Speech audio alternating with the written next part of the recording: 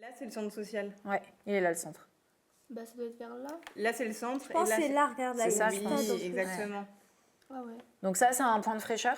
Ouais, parce qu'il y a du carrelage par terre. Mais j'avais vu où j'habitais. Là, mais il y a la j'ai piscine du oublié. Rhône. Et il y a des, Ouais, il y a la piscine des du arbres Rhône. La aussi. piscine du Rhône, ça doit être Proche Péris. d'une place en triangle. Le Rhône, moi j'avais Et pris vers la le piscine, je pense que c'est Ouais. là. Moi, je vais le mettre à la part de Dieu parce que bah, c'est un centre commercial et il y a des. Bah, voilà. Et c'est quoi qui fait que du coup on est bien à l'intérieur? Bah, il fait frais. Il y a Ouais. la clim. La clim. Oui. Le problème, c'est que quand tu installes une clim, l'air que ça va ventiler, il va falloir qu'il ressorte à l'extérieur. Et en fait, l'air qui va ressortir à l'extérieur, il est à peu près à 40 degrés. Donc ça veut dire qu'en fait, c'est le serpent qui se mord la queue parce que tu refroidis un espace parce qu'il fait trop chaud dehors. Mais en fait, tu réchauffes l'espace de dehors. Et le problème, s'il n'y a que quelques clims, ça va, ça passe. Mais plus on est nombreux à avoir la clim, plus on réchauffe encore plus l'espace. Et notamment, je ne sais pas si vous avez déjà entendu parler de ça, mais en ville, pourquoi il fait beaucoup plus chaud qu'à la campagne? En ville, on a un phénomène qui s'appelle l'îlot de chaleur urbain, ICU. Et ça veut dire qu'en fait, en ville, il fait globalement, on va dire, quasiment 5 degrés de plus qu'à la campagne, parce que vous avez vu tous les bâtiments. Ils sont très très rapprochés, on dit que c'est un espace qui est très dense, il y a beaucoup de bâtiments. Donc l'air, il va être emprisonné, l'air chaud, et il va avoir beaucoup de mal à sortir. Le problème, c'est qu'aujourd'hui, en fait, on ne devrait pas avoir besoin de clim. Il faudrait que nos bâtiments ils soient adaptés à gérer la chaleur. Et c'est d'ailleurs le cas dans des pays très chauds. Et nous, ici, non. La nuit, il fait Ouais. frais. Pourquoi on ne devient pas des vampires? En mode comme des vampires, mais on ne mange pas les gens. C'est- En mode-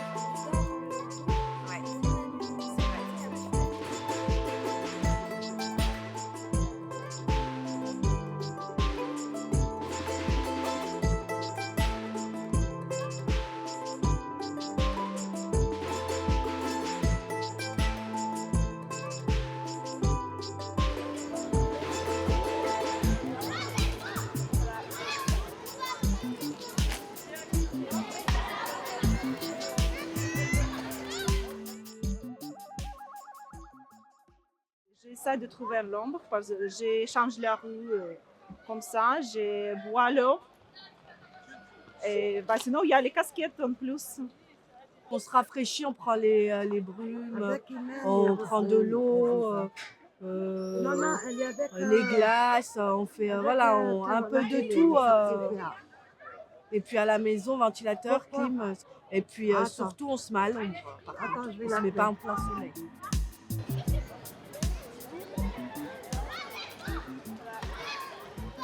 Végétaliser, végétaliser, végétaliser. Tout ce qu'on peut améliorer, je pense, c'est des arbres qu'on peut planter.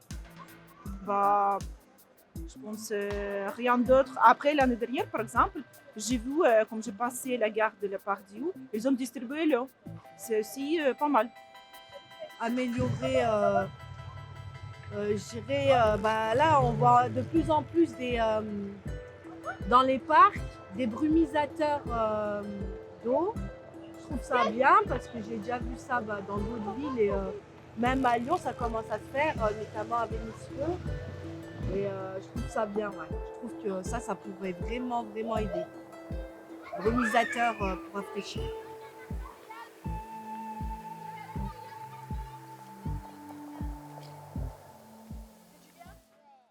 Vous, c'est quoi les causes du réchauffement climatique? Est-ce que vous avez une idée? En fait, c'est tout le CO2 produit par les voitures, tout ce qui est les pets de vache et tout. Et il y a la couche d'ozone, je sais plus comment ça s'appelle, c'est ozone. Ouais. Il y a des trous dedans. Et du coup, ça laisse passer les rayons du soleil. Même s'il y a déjà des rayons du soleil, mais ils sont moins puissants, du coup, ça laisse passer les rayons du soleil puissants et ça réchauffe la planète. Et après, cette chaleur, elle peut pas ressortir puisqu'il y a la couche d'ozone. L'effet de serre. Voilà, l'effet de serre. Et à l'effet de serre, du coup, cette chaleur, elle reste maintenue. Et du coup, comme la chaleur, là, elle reste maintenue, elle reste sur nous. Et du coup, elle peut pas partir. Du coup, ça reste. C'est ça.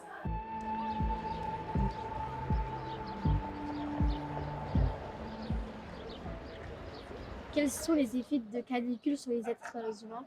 Il y a différents effets, mais ça dépend pas mal quand même des gens. Mais principalement, il y a les insolations.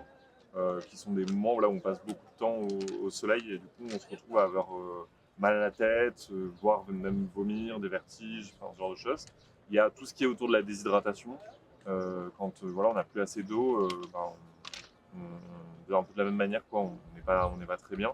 Et je pense que ça crée aussi un truc qu'on ne pense pas souvent, mais c'est l'anxiété, quoi. Parce que, en fait, se dire qu'il fait de plus en plus chaud, qu'on a de plus en plus de mal à passer nos étés dans les villes et donc là où on vit, vraiment, ça travaille quelque chose pour les gens du type est-ce que en fait, je vais pouvoir continuer à vivre dans mon quartier. Là où j'habitais précédemment, on vivait à 4 dans 70 mètres carrés, dans un appartement au 7e étage, exposé de tous les côtés, aux 4 vents, sans possibilité de... Enfin, très très mal isolé, au point où un soir, on est resté jusqu'à 2h du matin au lac de Miribel, en attendant que la température de notre appartement diminue, et que quand on est rentré à 2h du matin, la température était toujours à plus de 30 degrés dans l'appartement. Et cette nuit-là, j'ai pas dormi la nuit. Et le lendemain, je travaillais. Et c'était très compliqué. Et cette année, ça a été vraiment... du coup, quand on a déménagé, j'avais peur, en fait, parce que l'appartement est exposé plein sud. Et je craignais vraiment. Mais au vu de là, comment ça se passe et comment le soleil tourne dans le ciel au fur et à mesure que la saison avance, je crois qu'on va être très bien épargné. Et puis, je suis dans un quartier maintenant où il y a des parcs et de la verdure et ça change tout. Est-ce qu'il y a des différentes astuces pour mieux vivre les canicules entre la France et l'Espagne? En fait, quand j'ai passé du temps avec les personnes, je me suis rendu compte qu'il y a beaucoup de gens qui ont des manières de se retrouver. Parce que aussi, ce que ça crée, les moments de forte chaleur, c'est que les personnes se retrouvent isolées. Parce que du coup, sortir, aller à des endroits, en fait, et par exemple marcher dans la rue, etc., ça devient compliqué, ça devient difficile, et du coup, les gens se rencontrent moins. Et donc, en fait, c'est les espaces, souvent, de rencontres qui vont être plus rares. En tout cas, les espaces de rencontres adaptés, quoi, à la chaleur. Et ça, c'est pas du tout le cas à Madrid, par exemple, où il y a énormément de bancs. Il y a vraiment, dans l'espace public, il y a beaucoup de bancs et il y a des personnes qui sont là, en fait, sur les bancs, même toute la nuit, quoi. Et des personnes âgées comme des personnes plus jeunes. Enfin, c'est vraiment des espaces qui sont très investis. Ce qu'on retrouve, par exemple, beaucoup moins chez nous parce que les bancs, ça coûte pas les rues. Quels sont les lieux en ville les plus adaptés pour fuir et éviter la canicule? Ouais, le top, c'est un espace en fait où on est couvert par des arbres parce que les arbres ils font ce qu'on appelle de l'évapotranspiration, c'est-à-dire qu'ils vont transpirer l'eau qu'ils ont accumulée et ce qui va faire que en fait, ça va rafraîchir la zone autour d'eux. En même temps, il y aura de l'ombre, donc c'est un autre élément important quoi, pour éviter d'être en plein soleil. Et en fait, si ces espaces-là, ces espaces verts, ils ont des assises, justement, ça cumule tout ça. Ça fait qu'à la fois, on rencontre des gens qui vivent pas loin de chez nous, qui vont pouvoir en fait, peut-être nous donner un coup de main quand on aura besoin et qu'on sera en pleine période de canicule. On est à l'ombre, on est à un espace où il n'y a pas besoin d'avoir d'argent, par exemple, ou ce genre de choses pour y être. Et donc on se retrouve en fait dans un espace qui serait théoriquement un peu parfait pour ces moments de canicule.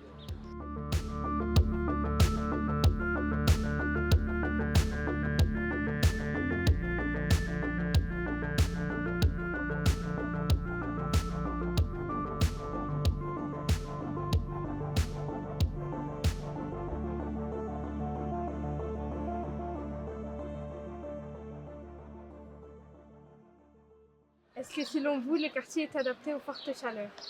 On n'a pas assez de tricales. On a beaucoup d'arbres, voilà, mais pas pour les vieux. Ils sont toujours assis vers Place Badoria. Ils ne sont pas une protection ou quelque chose. Je ne sais pas, on n'a pas beaucoup de choses pour la canicule dans le quartier. On a beaucoup de vieux dans le quartier Place Badoria. Des fois, je les vois en train de se cacher, partir à l'ombre.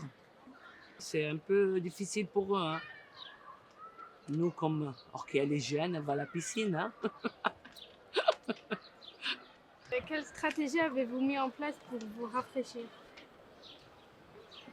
Il y a la fontaine, place Denise. Il y a la fontaine, place Badoria. Je fais des allers-retours avec mes petits-enfants. Il y avait comme des petits bassins. Ils étaient fermés, ça fait des années. Et avant, les enfants, ils profitaient, ils jouaient quand il y a la canicule. Ça a aidé beaucoup les enfants du quartier Place Badoria. Et là, c'est fermé. C'est fermé, ouais, ils ont fermé, ça fait plus de 4 ans. Il y a des enfants qui ne peuvent pas, des parents qui ne peuvent pas payer la piscine aux enfants, ils profitaient. Ici à des fontaines. C'était comme une piscine. Ils jouaient. Mais je ne sais pas, ils disent une fois c'est bouché, chaque fois ils disaient. À Villeurbanne, il y a ça sur la place Lazare. Oui, j'ai vu. Et les enfants, du coup, adorent et viennent jouer. Ouais. Moi, j'aimerais bien qu'ils nous ouvrent au moins une. Au moins un bassin, parce qu'il y en a plusieurs.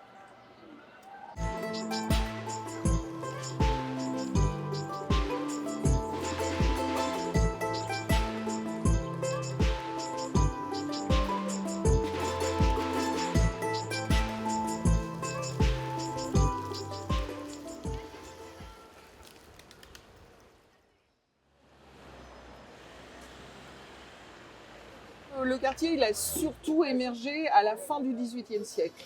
Et il a été construit d'une manière très particulière. Il a été construit autour de 3 triangles et il a été construit surtout en labyrinthe.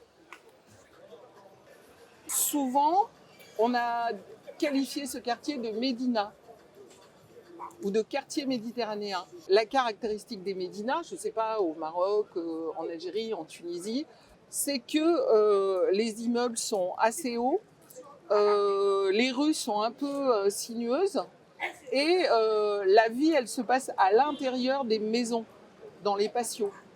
Et du coup, cette architecture des médinas, elle est adaptée à la chaleur. Et il fait beaucoup moins chaud que quand on est dans des grandes rues, avec des grandes avenues, etc.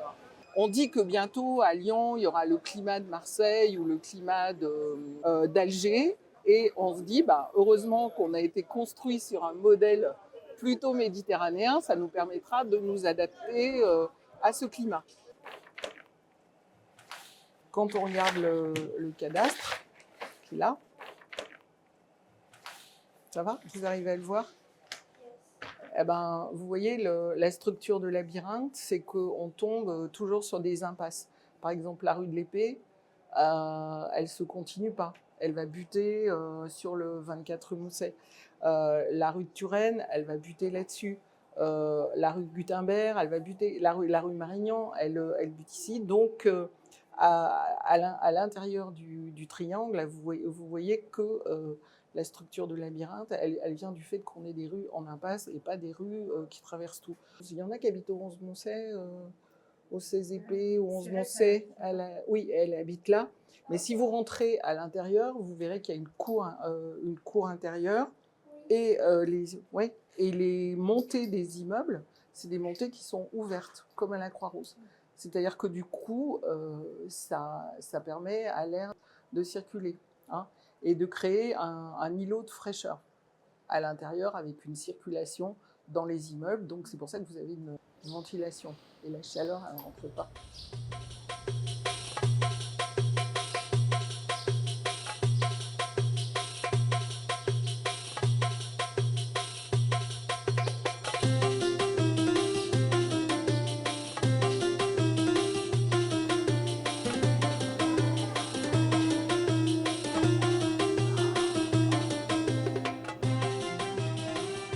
Comment c'est là-bas, l'architecture, les bâtiments où vous dormez, où vous vivez au quotidien, comment justement, parce que je me doute que ce sont les pays où il fait aussi assez chaud, voire des fois plus qu'en France, est-ce que vous vivez de la même manière les canicules là-bas ou ici? Voilà, essayez un peu d'en discuter, je pourrais vous relancer évidemment, mais n'hésitez pas à nous dire tout ce que vous pouvez nous dire sur ces pays-là et les villes où vous êtes, ok? Les maisons, quand il fait chaud, on nous oblige à faire la sieste. On nous oblige à dormir. J'aime pas. Mais après, aussi, quand on dort la nuit, on a des draps. C'est pas des couvertures, c'est des draps. Et par terre, c'est des matelas, mais fins. Les matelas fins, là.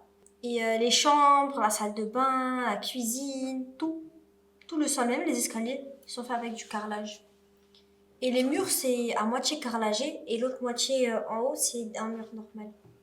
Et toi, t'y vas des fois, Sonia? Ouais. Et tu vas où, pour le coup? Dans quelle ville? À Tizi-Ouzou. Ok. Toi, comment ça se passe quand tu vas chez ta grand-mère? Il y a la clim. Donc on l'allume. Et on reste là-bas. Vous restez à l'intérieur? Et des fois, on va à la plage. Ok. Et dans les villes, enfin, peu importe laquelle d'entre vous, mais est-ce que les rues, elles ressemblent à celles qu'on a en France? Non. Ou pas? Et donc, quelles sont les différences? Non, ça ressemble pas. Moi, je suis pas trop allée dans les villes, à part pour aller acheter des trucs vite fait. Mais moi, j'habite plus sur le côté de la ville. Mais les moments où je vais en ville, les rues, il y a des petites rues et il y a des grandes places. Il n'y a pas de rue moyenne. En fait, c'est soit tu as une petite rue étroite comme ça avec des big bâtiments bien sales, soit tu as une grande place comme ça avec plusieurs chemins, beaucoup de voitures. Quand je dis beaucoup, c'est beaucoup, beaucoup, beaucoup. Et en mode, il n'y a pas beaucoup d'endroits avec la verdure. C'est bourré de monde et il fait grave chaud. Il y a beaucoup de soleil, mais vraiment beaucoup. Ils ont des barrières et dedans, ils ont des mini jardins avec un arbre et des tortues, je sais pas. Ouais, il y a à l'intérieur des bâtiments, il peut y avoir, c'est comme des patios. Je sais pas si ça s'appelle comme ça. Moi, j'habite pas dans un bâtiment. Moi, j'habite dans une grande maison, une maison à plusieurs étages et tout. Et dans celle de ma grand-mère, il y a en mode, il y a une partie de la maison, un étage, c'est une grande terrasse. Et du coup, on voit le ciel et tout. Et la nuit, on dort sur la terrasse. Il y a une petite chambre à côté, mais on dort sur la terrasse. Et il fait plus frais.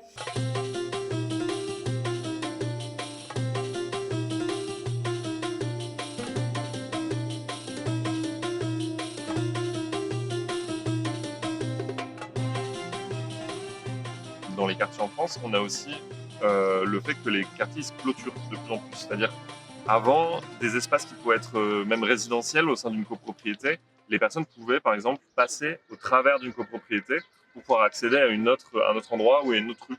Et ça, à partir des années 2000, on a vu qu'il y a eu une fermeture de ces espaces-là, où on les a clôturés, où on s'est mis à avoir des vigies, des badges, et où du coup, seules les personnes qui en fait habitent là peuvent profiter des espaces verts qui sont dans ces endroits-là. Et ça, c'est vraiment un gros frein au fait de pouvoir continuer à vivre les canicules en ville. Et au contraire, du coup, un élément qui pourrait vraiment améliorer ça, c'est d'avoir des espaces qui soient ouverts, d'essayer de repenser ces espaces pour penser autrement la question de la sécurité ou en tout cas de l'enfermement qu'on peut avoir dans ces moments-là. En fait, pendant les temps où il fait très chaud, il y a dans le quartier une sorte de chape de plomb qui se pose. Tout est ralenti, tout est lent. Et du coup, il n'y a pas d'envie, il n'y a pas de dynamique parce que c'est très compliqué et qu'à 14h, on n'a pas envie d'être dehors. À 20h non plus d'ailleurs, ou en tout cas sur les quais du Rhône ou au bord d'une piscine ou d'une rivière, mais pas dans le quartier. Donc oui, le quartier se ralentit. Vraiment, ça on le ressent vraiment. Ce qui est un peu malheureux, c'est que tout l'été, c'est toujours les mêmes personnes en fait, qui sont dans le quartier et qui n'ont pas la possibilité de partir. Ceux qui ont la possibilité de partir, ils s'en vont. Et c'est toujours les mêmes qui restent. Et donc nous, on fait en sorte de rester pour ces gens-là.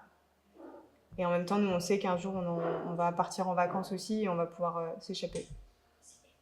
Et ça, c'est un peu triste. Ouais. La piscine de Rande, vraiment, ils ont fait top pour les jet set, vraiment pour les jet set. Les douches, les piscines de Mermoz, par exemple, aux mes yeux, pour les habitants, il y a une réduction. Mais nous, on habite le quartier. Moi, je me souviens, une année, j'ai fait une pétition. Elle n'a pas marché. C'est pour les jet set. Ils ont refait d'accord. Ils ont fait rentrer beaucoup d'argent. Mais quand même, pour les gens qui habitent le quartier, au moins un prix. Moi, ça me revient trop cher. Moi, je paye 5,50 €. Je ne pars pas en vacances. Moi, je vais à la piscine du Rhône. Des fois, la flemme, c'est trop cher. Je vais jusqu'à mes yeux pour 2,60 €. Il faut gaspiller la carte de bus, la nourriture, le goûter. Ça revient trop cher. Je reste chez moi à la piscine du Rhône. Je suis obligé de... Des fois, quand il y a la police municipale qui vont là-bas, qui sont durs, qui connaissent tous les gamins du quartier, toi tu rentres, toi tu rentres, toi tu rentres pas. C'est la tête des clients, comme les boîtes de nuit.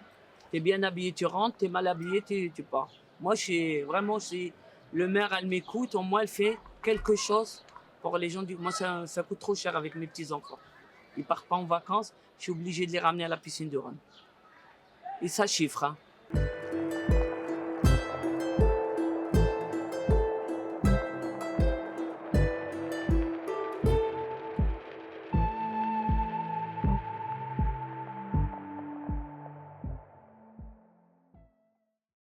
Avez-vous constaté au cours de vos recherches des inégalités dans la façon de vivre les canicules selon les classes sociales des gens? Ben ouais, je pense que le critère un peu numéro un, c'est que moi j'ai passé des étés entiers, donc on va dire de juin à septembre sur le terrain, et il n'y a pas les mêmes personnes en fonction des mois qui sont là. Et il y a des personnes en fait qui sont là tout l'été, parce qu'elles n'ont pas vraiment du coup les moyens par exemple de partir en vacances, et du coup leurs vacances ça va être à Lyon, quoi. Et donc dans ce cas-là, c'est des personnes qui sont encore plus exposées aux risques qui sont dus aux canicules. Le deuxième élément, c'est la question des parcs. C'est-à-dire que voilà, d'autres études le montrent, mais en fait, plus un quartier est riche, plus il va y avoir d'espace vert. Et du coup, là-dessus, il y a vraiment un gros différentiel, quoi. Et donc, les personnes qui seront de classe sociale type ouvrière, tout ça, vont se retrouver en fait dans des endroits où ce sera beaucoup plus minéral et où il y aura beaucoup moins accès à des espaces justement où se protéger des canicules. Si là, les élus regardaient cette vidéo et que vous aviez un peu envie de les interpeller et de leur dire « Oh, Remettez la fontaine de Place Badoria. Donner de l'argent aux sociales. Bonne foi. Et baisser le prix de la piscine chocolat. Ouais, et mettez €1. plus de piscines aussi. 1 euro. On n'est pas tous riches en fait. Non, pardon. Et mettez plus de piscines. Quand même. Et mettez des piscines pour les femmes voilées aussi. Oui. Ils donnent plus de privilèges aux gens français, aux gens, non, aux français ça dépend. Aux gens, par exemple, bourgeois, les riches, ils leur donnent plus de privilèges. Et en fait, moi ce qui me frustre, c'est que tout ça là, tout ce réchauffement climatique qui va augmenter, c'est notre avenir. Et on peut rien y faire. En mode, parce que eux ils agissent pas. Moi en tant qu'être humaine mineure que je suis, je peux pas trop agir puisque je suis mineure. On arrête les voitures et on prend des vélos. Non mais Parce non. que tout le monde peut apprendre les vélos. Et c'est facile. En fait, en fait, ils parlent d'agir, mais ils le font pas.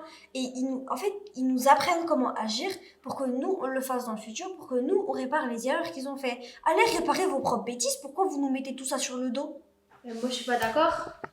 C'est nous qu'on a créé des réchauffements climatiques tout seuls. Nous, C'est est-ce pas- que nous, on utilise Ah des non, voitures? mais laisse-moi parler, je te laisse parler. C'est les humains, on a un peu créé tout seul le réchauffement climatique.